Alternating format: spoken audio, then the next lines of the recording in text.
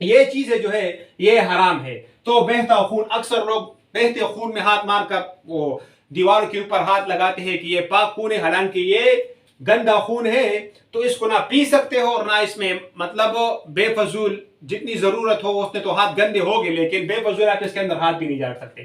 پیشابگاہ مادہ اور نر دونوں کا یہ بھی حرام ہے، مثانہ بھی. لیکن جو سب سے عام چیز ہماری یہ لوگوں میں ہے وہ یہ ہے کہ وہ کپورے کھاتے ہیں اور اس کو جائز سمجھتے ہیں. اور لیکن علماء کی نزدیک یہ چیز جو یہ حرام ہے، مکروہ تحریمی ہے. مکروہ تحریمی وہ چیز ہوتا ہے جس کا کھانا حرام ہوتا ہے اور حرام کے نزدیک ہوتا ہے. تو یہ کپورے جو ہے یہ لوگ بہت شوق سے کھاتے ہیں، حالانکہ یہ مکروہ تحریمی ہے، اس کا کھانا حرام ہے. آپ اس کی تفصیل کسی علماء سے بھی عالم سے بھی پوچھ سکتے ہیں. اور ساتواں چٹا وہ دودھ تھا، اور پانچواں پتا جو گردن کے اوپر پیچھے جو ہے ایک گوشت، سخت سا گوشت ہوتا ہے اس کو. تو جانور میں یہ چیزیں حرام ہے. دوسرا جو جب آپ ایام تشریق ایک چیز ہوتا ہے، ایام تشریق جو اللہ اکبر لا الہ الا اللہ واللہ اکبر وللہ الحمد 9 ذی الحجہ، جس کو ہم پشتو میں عرفہ کہتے ہیں، اردو میں عرفہ کہتے ہیں، وہ 9 تاریخ جو عید سے پہلے ایک دن ہوتا ہے. تو وہ صبح سویرے نماز کے ٹائم، فجر کے نماز میں یہ سٹارٹ ہوتا ہے. یہ اس کو کہتے ہیں ایام تکبیر تشریق. یہ پڑھنا پڑتا ہے آپ کو 9 ذی الحجہ جو عرفہ کا دن ہوتا ہے. صبح کی نماز سے آپ نے ہر فرض نماز کے بعد مرد اونچی آواز سے اور عورت دھیمی آواز سے یہ الفاظ اس کو پڑھنے چاہیے. یہ ضروری ہے، فرض ہے، واجب ہے. اللہ اکبر لا الہ الا اللہ واللہ اکبر وللہ الحمد. یہ الفاظ ہر نماز کے فوراً بعد یہ 9 عرفے کے دن کے صبح سے تقریباً 13 ذی الحجہ کے عصر تک، تقریباً میرے خیال سے 23 نمازیں بنتی ہے، یہ پڑھنا پڑے گا. اگر ہم اس کی ہسٹری کی طرف جائے تو جب اسماعیل علیہ السلام کو ذبح کر رہے تھے ابراہیم علیہ السلام، تو جبرائیل علیہ السلام مکہ سے جب جنت گئے تھے دمبا لینے کے لیے، تو جبرائیل علیہ السلام نے اللہ اکبر کہا تھا تاکہ ابراہیم علیہ السلام اس کو ذبح نہ کر سکے. جب ابراہیم علیہ السلام نے دیکھا ہے تو اس نے کہا لا الہ الا اللہ لا الہ الا اللہ، جبکہ اسماعیل علیہ السلام نے واللہ اکبر وللہ الحمد. یعنی یہ کلمہ ایک فرشتے کا اور 2 پیغمبروں کا ہے، جس میں جبرائیل علیہ السلام، ابراہیم علیہ السلام اور اسماعیل علیہ السلام. قربانی کرنے کے طریقے میں ایک چیز جو ہے کہ آپ جب بھی قربانی کرو تو بسم اللہ اللہ اکبر بسم اللہ واللہ اکبر آپ پڑھ سکتے ہو. اور ایک دعا بھی ہے، انی وجہت وجہی للذی فطر السماوات والارض حنیفا وما انا من المشرکین، جو ابراہیم علیہ السلام کی دعا ہے وہ بھی آپ پڑھ سکتے ہو. اگر آپ بسم اللہ اللہ اکبر پڑھو یا بسم اللہ واللہ اکبر پڑھو تو کوئی بات نہیں. ساتھ میں قربانی کے ساتھ جو ہیلپ کرنے والے ہوتے ہیں تو اس کے اوپر قربانی وہ یہ تکبیر پڑھنا نہیں ہے، لیکن اگر پڑھ لیں تو کوئی بات نہیں ہے. لیکن جو ضروری ہے جو کلمہ بسم اللہ پڑھنا ہے، جو قربانی جو چوری پھیر رہا ہے وہ ضرور جو ہے وہ قربانی کے لیے بسم اللہ اللہ اکبر بسم اللہ واللہ اکبر یا اللہ کا نام لے گا، جس سے اگر اس نے قصدن وہ نہ پڑھا بسم اللہ اللہ اکبر یا واللہ اکبر نہ پڑھا تو اس سے قربانی کا مسئلہ ہوگا، وہ ایک جانور حرام ہو جائے گا. اگر وہ بھول گیا تو کوئی بات نہیں اس میں کہ وہ مطلب اس کا جانور حلال ہے. دوسرا، کچھ لوگ اجری کو کھانا حرام سمجھتے ہیں تو اس کا کوئی بات نہیں. آپ اجرے اگر نہیں کھاتے، آپ کی طبیعت اس کی طرف مائل نہیں ہوتی تو وہ الگ بات ہے، لیکن نہ وہ مکروہ ہے اور نہ حرام ہے. آپ اجری کھا بھی سکتے ہو مطلب اور کسی کو دے بھی سکتے ہو. دوسرا، اگر ہم اس کے حصوں کی بات کر لیں تو چھوٹا جو جانور ہے، بکرا بکری مینڈا مینڈی دمبا دمبی، اس میں ایک ہی بندہ حصہ لے سکتا ہے، یعنی وہ صرف ایک بندے کی طرف سے کافی ہو سکتا ہے. جبکہ جو بڑے جانور ہے، اونٹ اونٹنی ہو گیا، گائے بیل ہو گیا جو بڑی ہے، تو اس کے قربانی میں 7 بندے شریک ہو سکتے ہیں. 7 سے زیادہ نہیں ہو سکتے کہ 8 ہو جائے یا 9 ہو جائے، لیکن 7 بندے زیادہ سے زیادہ اس کے اندر 7 بندے شریک ہو سکتے ہیں. اور اس کا مطلب یہ نہیں کہ کم نہیں ہو سکتے، میکسیمم سب سے زیادہ کم سے کم ایک بھی اکیلے بھی کر سکتا ہے، 2 بھی کر سکتے، 3 بھی کر سکتے، 4 5 6 7، لیکن 7 سے زیادہ ایک قربانی میں لوگ شریک نہیں ہو سکتے.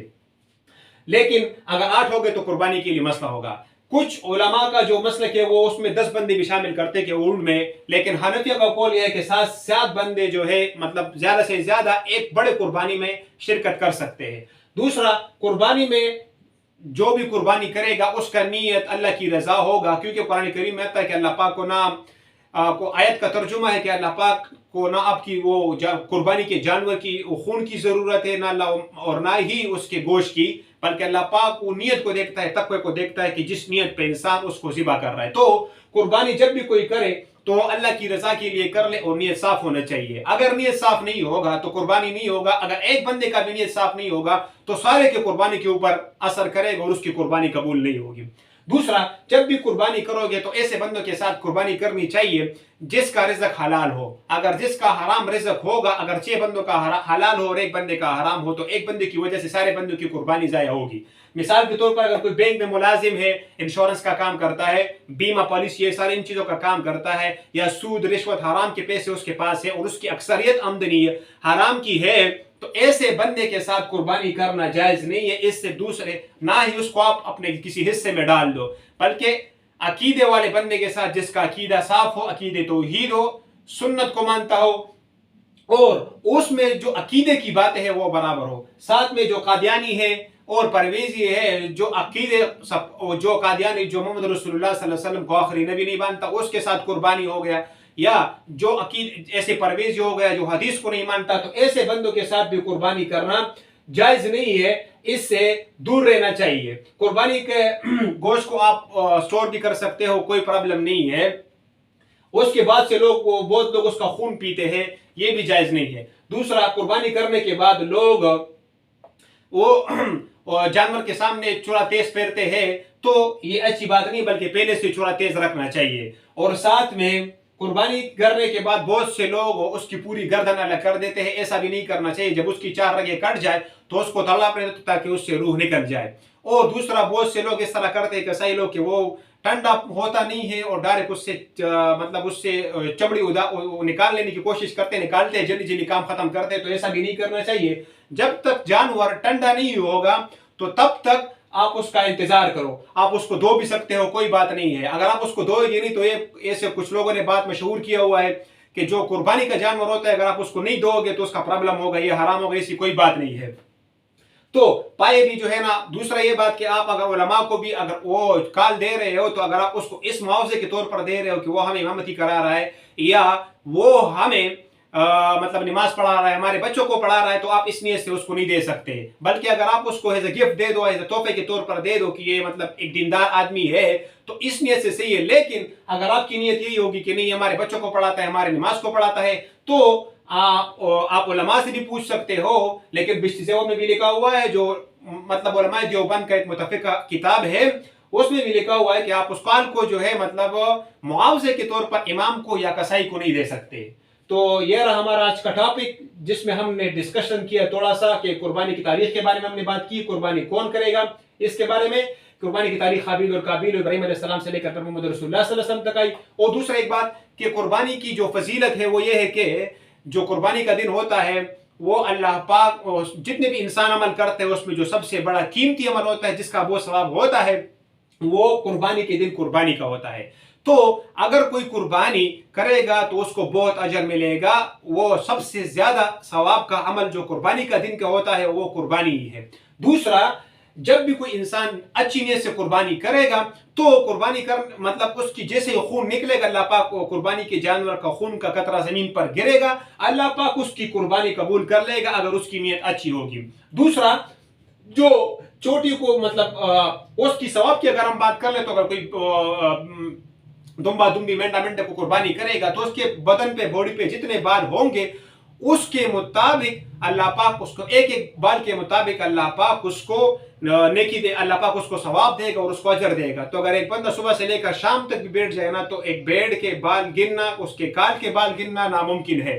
تو اتنا بڑا ثواب اللہ پاک نے اس قربانی کے اوپر رکھا ہے. لیکن قربانی کا جو مقصد ہے وہ یہ نہیں کہ ہم صرف جانور ذبح کر لیں, بلکہ اس میں ہمارے لیے ایک مقصد یہ ہے کہ جس طرح آپ جانور کے گردن کے اوپر چوری پھیر رہے ہو تو اس طرح آپ اپنی نفسانی خواہشات کے اوپر جو غلط کام ہے آپ نے اس کے اوپر چورا پھینکنا ہے, کھینچنا ہے اللہ کو رضا کرنے کے لیے, اللہ کی خوشنودی کے لیے, بھلا آپ کو اس کی حکمت سمجھ آئے یا نہ آئے. اگر اللہ پاک بول رہے نماز پڑھو, روزہ رکھو, حج زکات, جتنے بھی اعمال ہیں جس سے منع کیا اللہ پاک نے, جس محمد رسول اللہ صلی اللہ علیہ وسلم نے اس کی تفصیلات بتائی ہے, تو جو وہ کہے وہ کرنا ہوگا اور جو وہ نہ کہے تو نہیں کرنا ہوگا. اپنے نفس کی بات ماننا. تو قربانی کا اصل فلسفہ بھی یہی ہے کہ اللہ پاک انسان کو یہ تعلیم دے رہا ہے کہ جو کام میں آپ کو بتا رہا ہوں وہ آپ کو کرنا پڑے گا, اور کیونکہ آپ میرے پیدا کیے ہوئے انسان ہو. آپ میری مخلوق ہو، اور جس سے اللہ پاک منع کر رہا ہے تو آپ نے اس سے منع ہونا ہے۔ تو کچھ لوگ قربانی کے اوپر ایک اعتراض بھی کرتے ہیں کہ یہ لوگ اتنے جانور ذبح کر رہے ہیں، وہ بہت زیادہ لاکھوں اور کروڑوں روپے اور کروڑوں جانور ایک ہی دن میں ذبح ہو رہے ہیں، یہ تو اس سے اس کی کمی ہو جائے گی جانور کی۔ تو یہ جتنے بے دین لوگ ہیں یا کافر لوگ ہیں یا سیکولر لوگ ہیں یا جو مستشرقین لوگ ہیں، یہ اسی طرح کے اعتراضات اسلام کے اوپر اور خاص کر، تو سب سے پہلے اس کو آسان الفاظ میں یہ جواب آپ دے سکتے ہو کہ اللہ نے جو حکم کیا ہے تو اللہ پاک کو پتہ ہے کہ کیا کرنا ہے اور کیا نہیں کرنا۔ دوسرا، ہم دین کے تابع ہیں، جب محمد رسول اللہ صلی اللہ علیہ وسلم نے قربانی کی ہے تو ہمیں کرنا پڑے گا، ہمیں اس کی حکمت میں نہیں جانا چاہیے۔ دوسرا، جس چیز کا ڈیمانڈ زیادہ ہوتا ہے تو اتنا اللہ پاک اس کو پیدا بھی کرتا ہے، یہ اللہ پاک کی شان ہے کتنے کروڑوں۔ دوسرا یہ کہ اس سے کتنے بندوں کا رزق لگتا ہے کہ قربانی کے جانور کو ہم ذبح کرتے ہیں، غریب کو گوشت ملتا ہے، کال سے مختلف چیزیں بنتی ہے، ہڈیوں سے مختلف چیزیں بنتی ہیں، اس کے گوبر سے بھی چیزیں بنتی ہیں، تو بہت سے بندوں کا رزق اسے قربانی کے ساتھ لگا ہوتا ہے۔ لیکن اس میں بہت سی حکمتیں ہیں جس کے اوپر علماء نے بہت سی کتابیں لکھی ہے۔ لیکن لوگ اگر پھر بھی کسی کو بہت زیادہ شوق ہو کہ وہ اس طرح کر رہے تو اس سے کہو کہ آپ اپنے کپڑے بھی کم کر لو، وہ غریبوں کو دے دو۔ وہ لوگ یہی کہتے ہیں کہ اگر اس قربانی کے پیسے ہم کسی غریب کو دے دیں تو اس سے بہت سے غریب لوگوں کا فائدہ ہو جائے گا۔ تو ہم بھی اس کو یہی بولتے ہیں کہ پھر آپ کے جتنے بھی گھر میں اگر فریج پڑا ہوا ہے اس کو تھوڑا سا کم کر لو، اس کو بھی غریب کو دے دو، کیونکہ فریج کے بغیر بھی گزارا ہو سکتا ہے۔ اس طرح اگر آپ کے کپڑے 30-40 ہے تو اس کو کم کر لو، لیکن اپنی زندگی شاہانہ زندگی میں وہ چینجنگ نہیں کرے گا، لیکن اسلام کی جو فرض اصول ہے اس کے اوپر جو ہے وہ اعتراض کرے گا۔ تو یہ ایک لیکچر تھا قربانی کے اوپر، تو امید ہے آپ کو ہمارا یہ لیکچر اچھا لگا ہوگا۔ انشاءاللہ پھر نیکسٹ ویڈیو میں پھر ملاقات ہوگی۔ ہمارے چینل کو لائک کریں، سبسکرائب بھی کریں، اور یہ ویڈیو چونکہ دینی ہے، ایک اسلامک ویڈیو ہے، تو اس کو شیئر بھی کریں اپنے پیج کے ساتھ۔ انشاءاللہ پھر اگلی ویڈیو میں انشاءاللہ پھر ملاقات ہوگی، تب تک کے لیے اللہ حافظ اور السلام علیکم۔